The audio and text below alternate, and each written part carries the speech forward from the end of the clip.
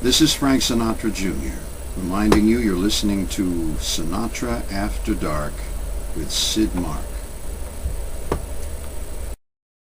Celebrating 54 big years.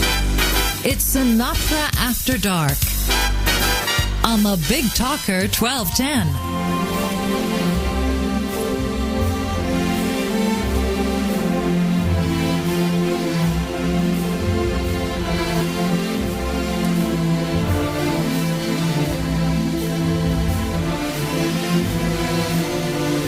Ladies and gentlemen, Frank Sinatra Jr. and Sid Mark. And again, we bid you welcome. And this is Sinatra After Dark. A slightly different program than we normally do, but even more so because we have a special guest, and I've been waiting for this gentleman to return to the studio for, I guess, about a year, maybe more. That would be Frank Sinatra Jr. Saw him last night. Yes, he was in concert, and we are recording, quite obviously. But we'll talk more about that later. This opening portion of the program brought to you by very good friends of ours, N3 Oceanic, featuring the full line of heart-healthy rescue products, inviting you to start your program tomorrow or this evening by calling 1-800-26-ALIVE. And, of course, we're talking about one of their major products. That would be the Rescue 1250, the gold standard of all supplements. Frank Sinatra Jr., Frank Sinatra, great combination. It's 1210, it's WPHT.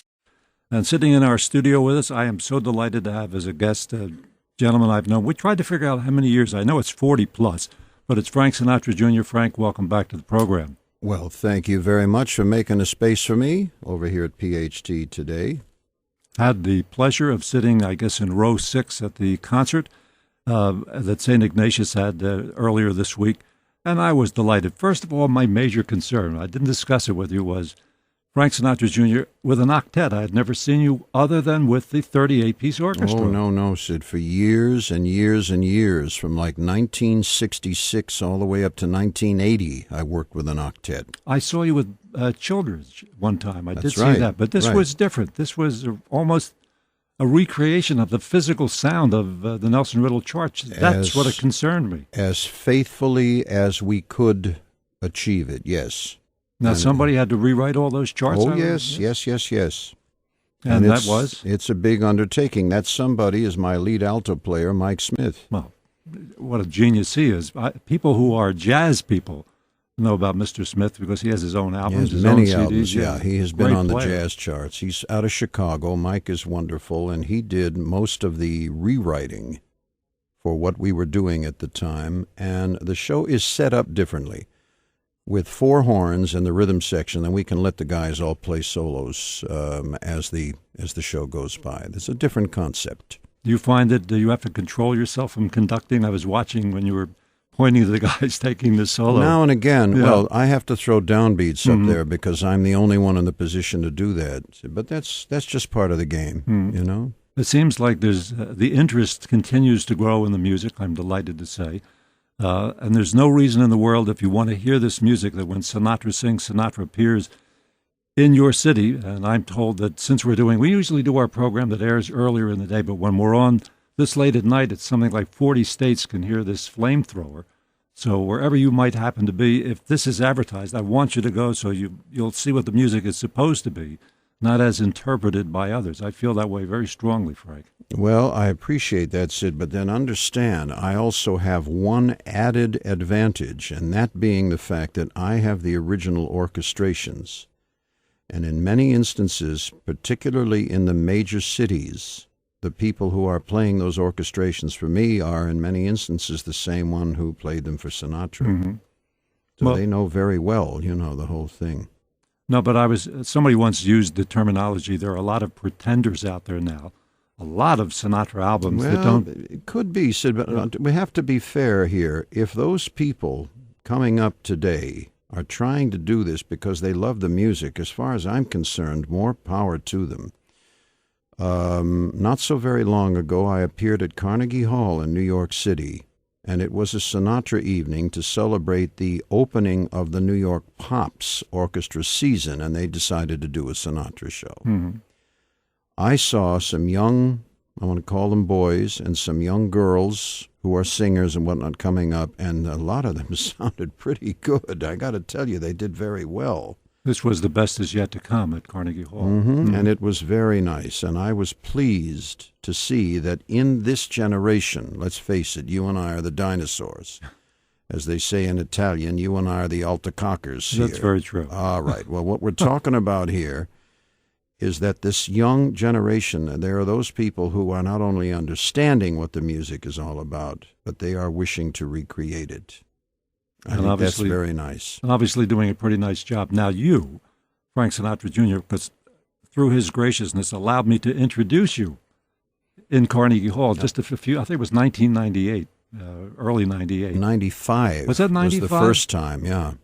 And now you have, in appearing this past week at Carnegie Hall, you had an opportunity to do something that I would say very few people have the chance to do, to conduct in Carnegie Hall. What was that like?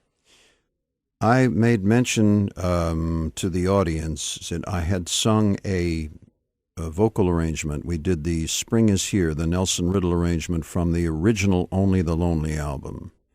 And that's one of the larger orchestras I've ever appeared with. They had a lot of players, and all masterful players.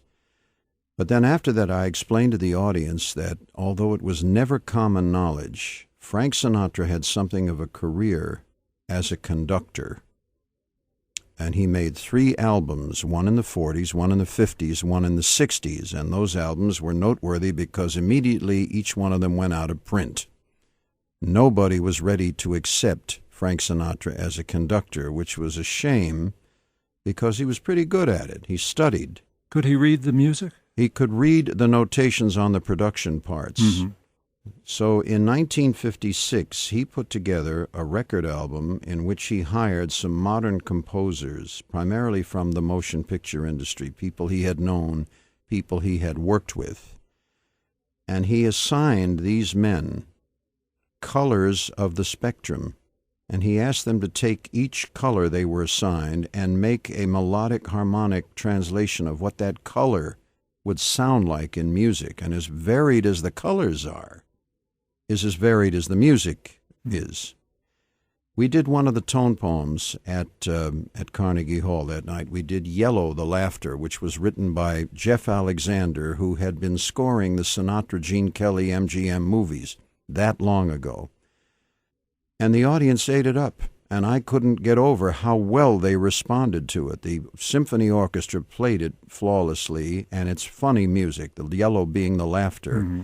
It was a wonderful little child's melody that Jeff Alexander had made into a symphony. As did Nelson with Orange, right? Well, no, that was not a child's melody. That was a little more serious. But Nelson was one of the other. Nelson did Gold and Orange, but Jeff Alexander did this Yellow. And they took a children's melody and made it into a symphony. And when it was over, I just laughed because the music is very happy, and the audience had the same reaction.